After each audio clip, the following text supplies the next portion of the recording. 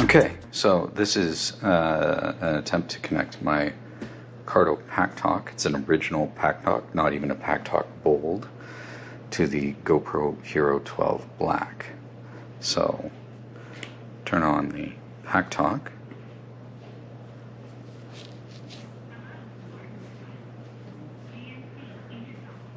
Okay, it's on. It's connected to my phone, so now we'll put it in pairing mode.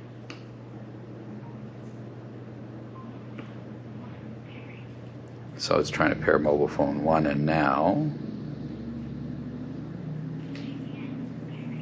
GPS pairing. So we go into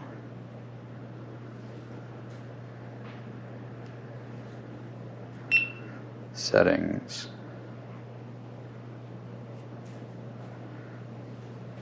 for our GoPro. Pair a device.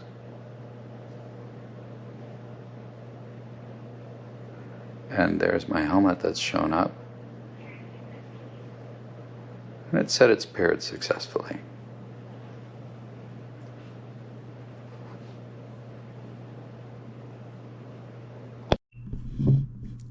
So, excuse me. So, now this is a test. Hold on.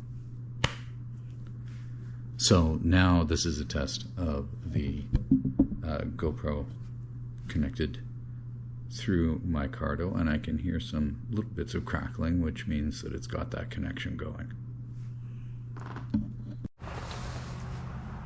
Now, this is going to be interesting to see if it actually records anything while I'm riding, because I had to repair my phone as well. So, let's see.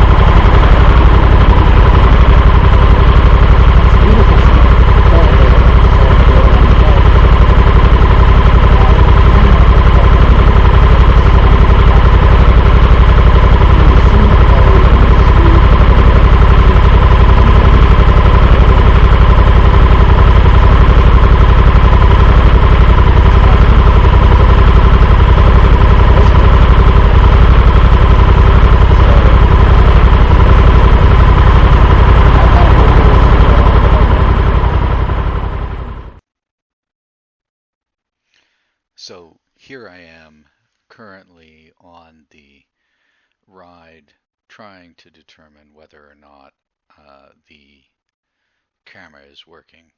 20 seconds ago when I was leaving the garage, I was bent over in front of the camera and it seemed to be working directly from the Cardo helmet. I restarted the video once I got to the end of my street, and you can barely hear the recording. You can hear the engine, you can hear everything else, and oddly, I was still getting the weird crackling like a Bluetooth connection in my ear, so I knew that the microphone was working. I'm not sure what happened in this case, but you can hear a little bit of the audio recording, but it almost sounds like it reverted back to its external speakers when it started the record again. Or sorry, external microphone when it started the record again. Having reviewed all the footage and thought about it, I was also using the GoPro Remote, which requires Bluetooth, and it would appear that multiple Bluetooth connections seem to throw the camera into a bit of a tizzy.